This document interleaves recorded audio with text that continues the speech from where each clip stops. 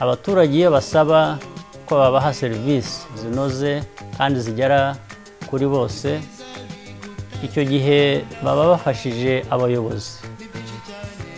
Ni uburenganzira bwa buri wese gusaba ibisobanuro aho umuntu atanyuzwe, ndetse no gutanga inama z'uko ubona ibintu bikwiye gukorwa ngo bibe byiza kurushaho. Imibare dufite itangwa na Minisiteri y'Igenamigambi ni uko 1/2 cy'umusaruro mbumbe w'igihugu kuri ubu ushingiye kuri segiteri ya serivisi ndetse n'ubukerarugendo. Ibyo byose rero bituma turushaho gutekereza ku mabwiriza y'ubuziranenge agenga serivisi, ndetse nka RSB tugashyiraho n'uburyo hashyirwaho ibirango by'ubuziranenge byo guha abatanga serivisi nziza. Amabwiriza y'ubuziranenge ku mikorere na serivisi inoze ntibidufasha gusa ku gutanga serivisi nziza, ahubwo biduha icyizere ko serivisi nziza dutanga n'imikorere inoze bizaramba. Kugeza ubu Rwanda ruri ku mwanya wa mbere muri East Africa, babajije abakerarugendo n'abandi benshi basura ibi bihugu bitanu. U Rwanda rero nanone ku rwego rw'isi rwaje ku mwanya wa 41, byerekana ko ibyaro byose ubukangurambaga bugaragaza ko hari ikintu cyabaye gifatika, nubwo tutaragera ku rwego dushaka kugeraho, ariko ukurikije imyaka 5 ishize hari intambwe nini yatewe mu rwego rw'imitangire ya serivisi.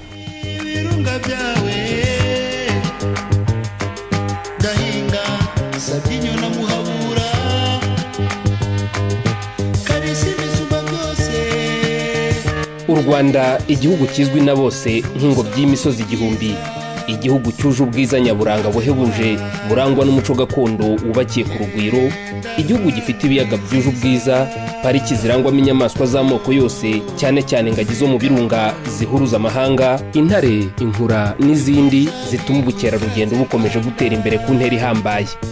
U Rwanda, igihugu gikataje mu iterambere ryihuse kandi rirambye, aho kuva na kera na kare ubukungu bwari bwubakiye ku buhinzi bukorwa mu buryo gakondo, ariko ubu ingeri z'ubukungu zikaba zigenda zivugururwa, ndetse hubaka ubukungu bushingiye kuri serivisi inoze kandi yihuse.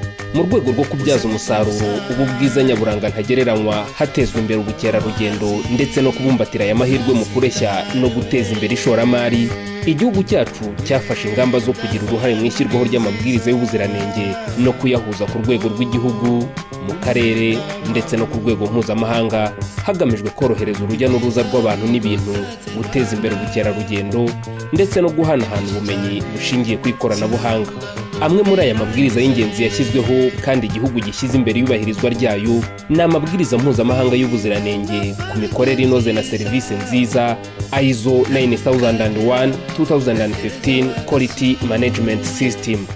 Igihugu cyacu cyihaye intego, muri izo ntego zimwe zirimo nuko tugomba guteza serivisi imbere, urwego rwa serivisi imbere, tugatanga serivisi nziza, cyane cyane ko imibare dufite itangwa na Minisiteri y'Igenamigambi ni uko 1/2 cy'umusaruro mbumbe w'igihugu kuri ubu ushingiye kuri segiteri ya serivisi ndetse n'ubukerarugendo.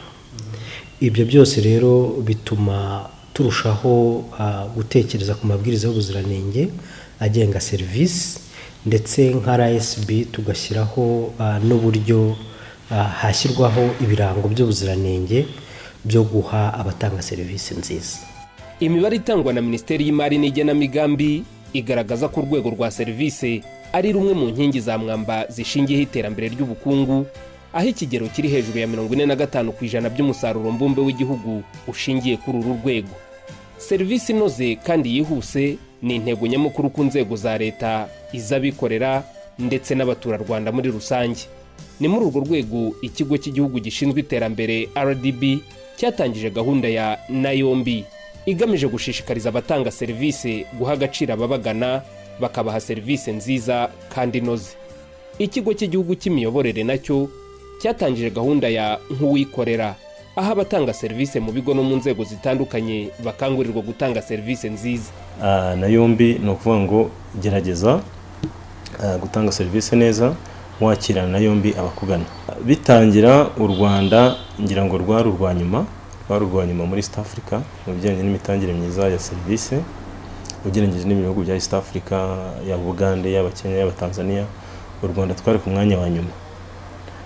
Muri Afurika ho ngira ngo nta nubwo twari dufite umwanya tubarizwaho.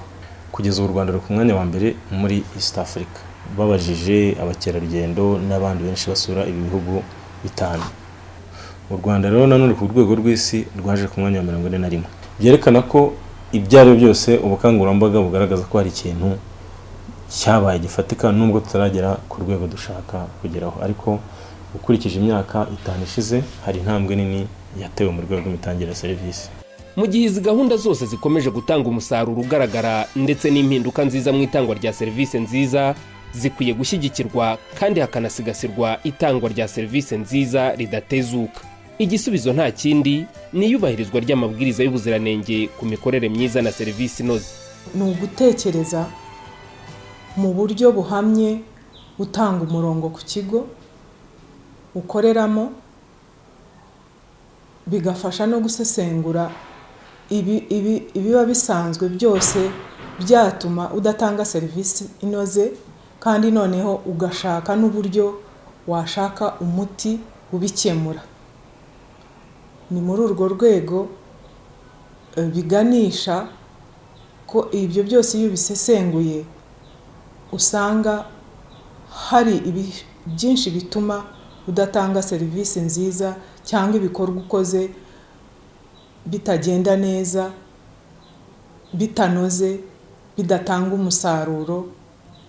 Muri uko gutekereza bituma ubishakira umuti, kuko iyo utabisesenguye ngo ubimenye, nta n'uburyo ushaka kugira ngo bikemuke, noneho ushobore gutanga serivisi inoze kandi yujuje ubuziranenge. Ikindi cya kabiri, irindi hame ni uguhuza imikorere. Guhuza imikorere ihamye ni process approach. Kuyihuriza hamwe n'abo mukorana kugira ngo ibyo mukora byose bigerweho, mushyira hamwe, mutekereza, yenda nabyita planning, mubishyira mu bikorwa, munasubira inyuma mukisuzuma, mukareba ibitagenda neza, noneho kugira ngo muganishe ku cyo mugamije kugeraho.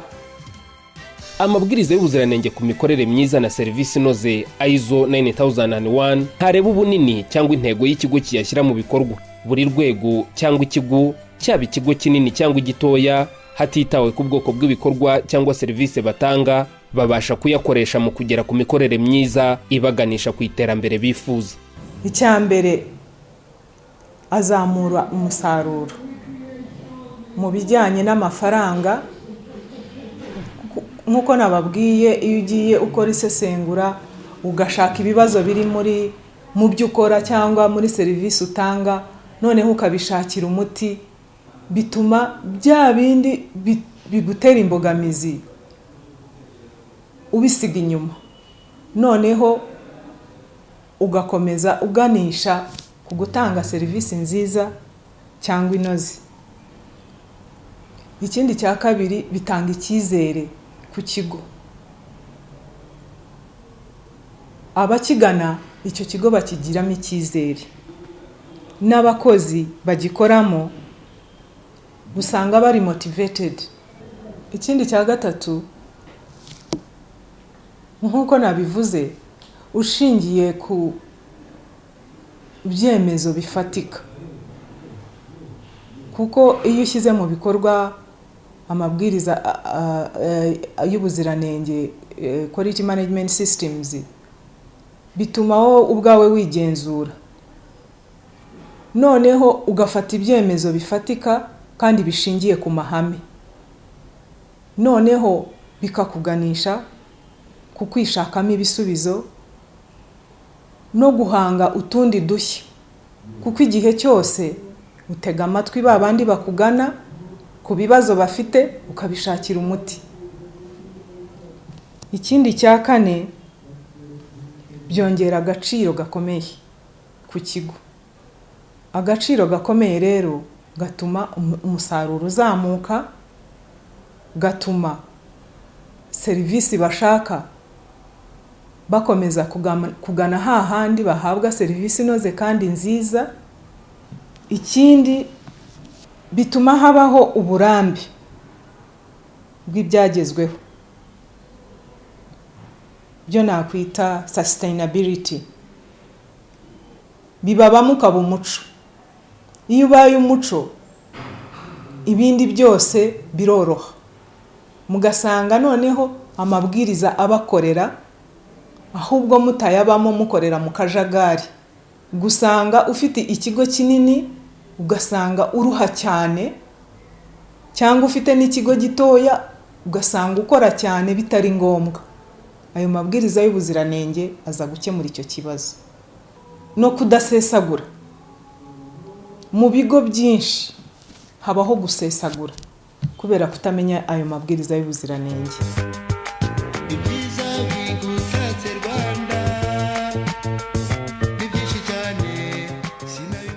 Ushaka guhabwa ibirango ku mikorere myiza na serivisi inoze ku mabwiriza y'ubuziranenge ya Quality Management Systems, aratugana ikigo cy'ubuziranenge tukamuha ibyo agomba gukurikiza. Tumufasha uko yabona amahugurwa kugira ngo abanze abone amahugurwa, amenye icyo akora, noneho aze yujuje yanahinduye, kuko ubundi iyo ukora twebwe dutekereza iyo ukora ko hari icyo ufite kandi ko ufite n'inararibonye mu byo ukora. Icyo tugufasha kugira ngo niba ubonye amahugurwa ubihuze na bya bindi ukora, noneho ubone gutanga serivisi inoze. Icyo gihe rero tuguha formulaire zo kuzuza, tukakuganiriza uko ugomba kubigeraho, noneho ugakomeza urugendo. Ariko igihe cyose utugana turabigusobanurira kandi tukagufasha gusobanukirwa ibindi utumva.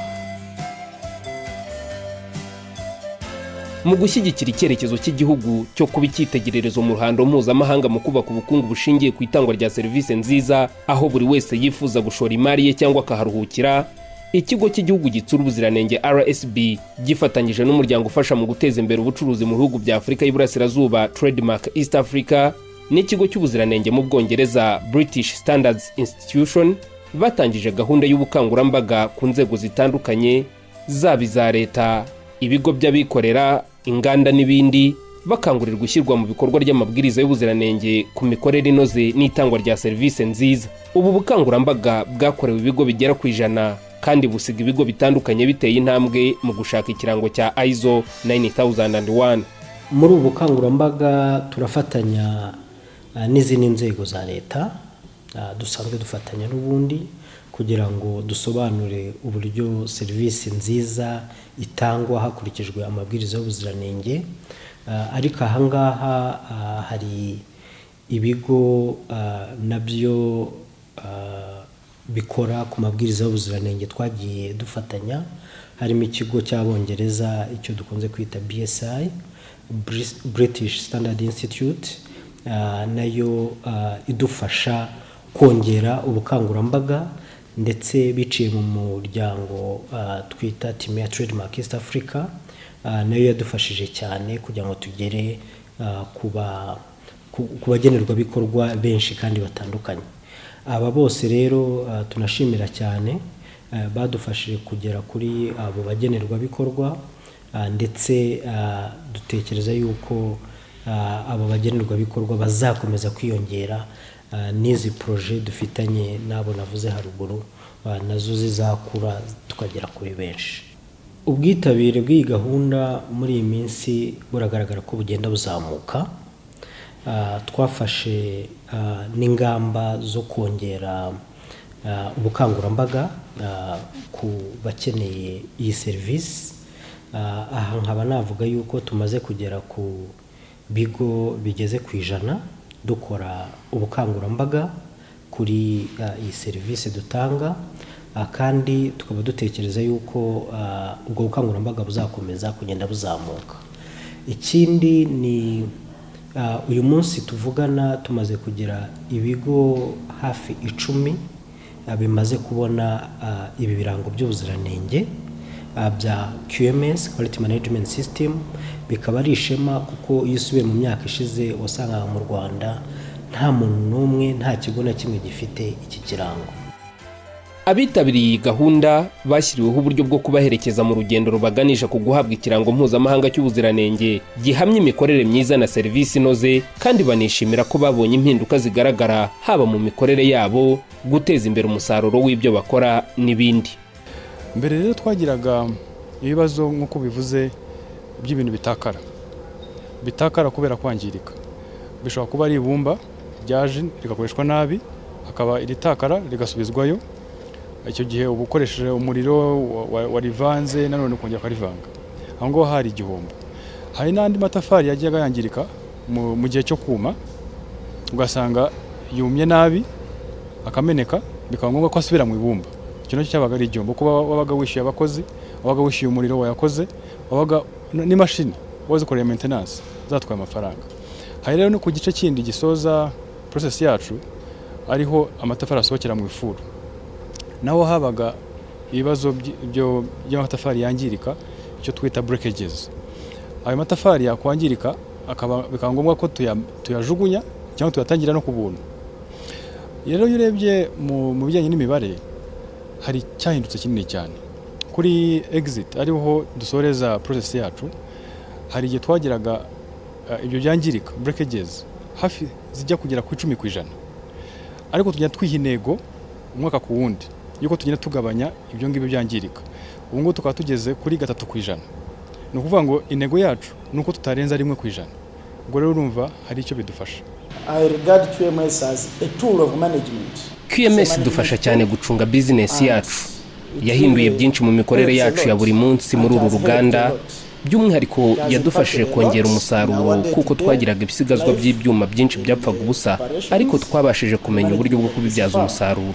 Nanone QMS yatumye tuba uruganda ruzwi ku rwego mpuzamahanga, ndetse n'ibyo dukora ubu bijya ku masoko mpuzamahanga. Ikindi ni uko byazamuye icyizere abakiriya bagirira ibyo dukora. Nanavuga ko yadufashije gutuma akazi kacu kihuta, nta kibazo cy'imashini zipfa tukigira, kuko QMS yatumye dushyiraho uburyo buhoraho bwo kugenzura imikorere y'imashini zacu. QMS has also helped us to do the clear sourcing and procurement of raw materials in a standardized way. That also helps and builds our quality.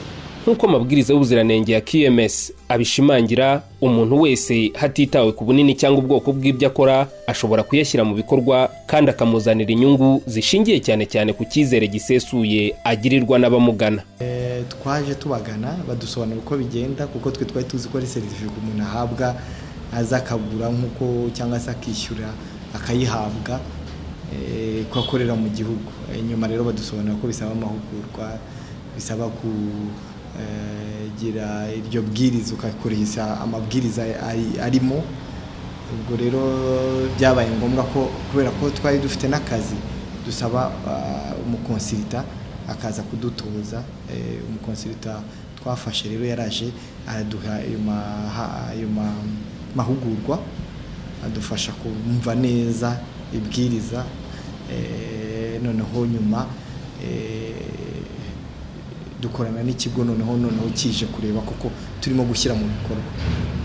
Igihe bazaga rero basanze hari ibitagenda neza batugira inama, nyuma baragaruka basanga noneho turimo kubishyira mu bikorwa, nibwo kuduha icyo cyangombwa. Natwe ubwacu twumva twifitiye icyizere mu kazi dukora, tutagakora kugira ngo tubone ikidutunga cyangwa se igitunga abo imiryango yabo dukorana bose, ahubwo tugakora tumva tukibonamo kubera ko n'ubu tuzi icyo tugamije. Ikindi nanone byadufashije ni uko niyo dutanze serivisi twishimiye ko tuyitanze kuko twayitanze noneho ifite agaciro kayo. Ikindi nanone byadufashije ni ku bakiriya babonye ko nabo hari icyahindutse. Twagiye dukora isuzuma tubohereza impapuro kugira ngo twisuzume uko tumeze, dukurikije ibyo bagenda batwandikira bigaragaza ko batwishimiye kandi ahari imbere tuzakomeza gukorana nabo binyuriye nuko tukomeza kubikorana nuko tukomeza kubaha serivisi zacu noneho n'uburyo twazivuguruye. Ku masoko naho ntago ari bibi kuko hari ayo twamaze kubona, hari n'ayo turimo gusaba ubu dukoresheje icyo cyangombwa. Rero duteganya ko rwose tuzayatsindira, nta mpamvu tutazazamo mu bazabasha kuyatsinda. Ibyo nabyo nibyo twiteze kandi tubona ko bizagenda kuko nabo twari dusanganywe nabo tubona ubu nabo baza kubera izo serivisi nziza dutanga bitubikije ni amahugurwa twabonye ndetse n'uburyo iyo certificate twayibonyemo na process byubatse mu kazi kacu ka buri munsi. Ishyirwa mu bikorwa ry'amabwiriza no guhabwa ikirango cy'ubuziranenge cya QMS ni imwe mu ntwaro z'iterambere ry'uburezi ku isi hose kuko bigirira urwego rw'uburezi umumaro ukomeye mu kugirirwa icyizere haba imbere mu gihugu no hirya no hino ku isi, kunoza integanyanyigisho, guhuza uburyo bw'imyigishirize ndetse no gutuma buri wese yaba umunyeshuri, umwarimu, abashakashatsi ndetse n'ubuyobozi bagira uruhare rugaragara mu kugera ku ntego y'ikigo cy'uburezi na za kaminuza ndetse no gusigasira ireme ry'uburezi. It has enabled us to gushyira mu bikorwa amabwiriza y'ubuziranenge ku mikorere myiza na serivisi inoze byadufashije kurushaho kwinjira mu cyerekezo cyacu nka kaminuza ya KIMU cyo kuba kaminuza itanga ireme nyaryo ry'uburezi, bityo abayirangijemo bakabasha gupiganwa ku isoko ry'umurimo mu ruhando mpuzamahanga. Ikirango cya ISO 9001 ni igicuruzwa mpuzamahanga, rero abantu bose bazi akamaro kacyo.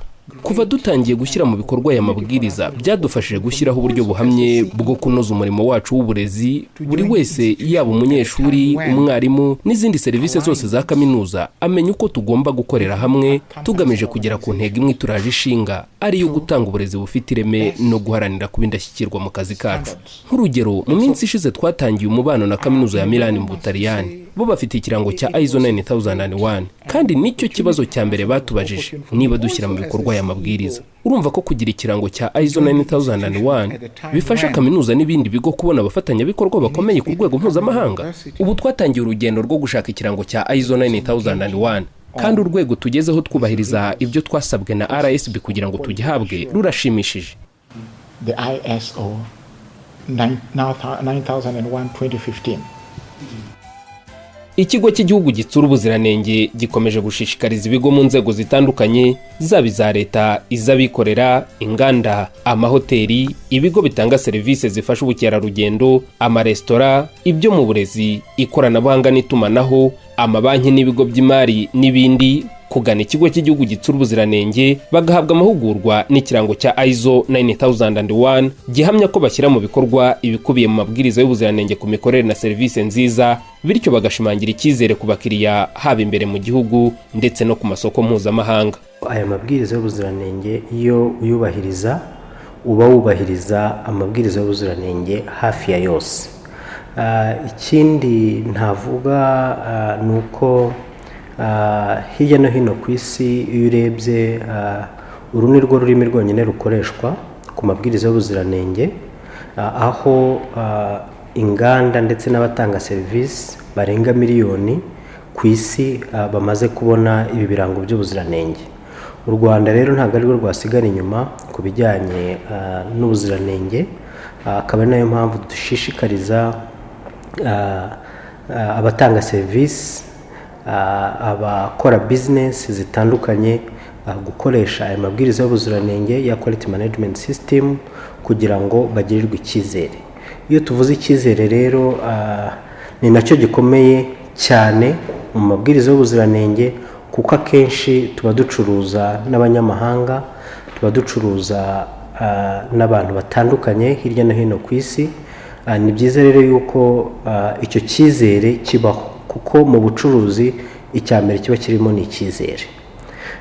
Iyo ufite rero aya mabwiriza y'ubuziranenge ya quality management system, iyo ufite ibi birango by'ubuziranenge bya QMS, ugirirwa icyizere ku ruhando mpuzamahanga, haba ari ibigo bireba iby'ubuziranenge aho ubuzacuruza, iyo bibonye yuko ufite cyangwa se wubahiriza aya mabwiriza ya QMS, akenshi ibicuruzwa byawe binyuramo nta kibazo. Ikindi ni abafatanyabikorwa. Hari abantu bakenera yuko muri business zabo bagira partnership n'abandi bantu batandukanye. Iyo ufite rero iyo wubahiriza amabwiriza y'ubuziranenge ukaba ufite ikirango cya QMS, partners baza batishisha kuko uba ufitiwe icyizere ku rwego mpuzamahanga. Ikindi ni ku baguzi. Abaguzi hirya no hino ku isi bamaze gusobanukirwa urwo rurimi tuvuga rwa quality management system, ibyo birango tuvuga bya QMS. Abaguzi ubu bamaze kubisobanukirwa ku buryo bareba yuko ufite ibyo birango mbere yuko bagura cyangwa se bakoresha serivisi zawe. Aha rero twavuga ku baguzi, twavuga ku bigo bishinzwe ubuziranenge, tukavuga ku bafatanyabikorwa, ariko tutibagiwe abo twakwita abashoramari. Abashoramari nabo bagomba kugira icyizere kugira ngo bashore imari, yaba ari mu gihugu cyawe, yaba ari muri bizinesi yawe.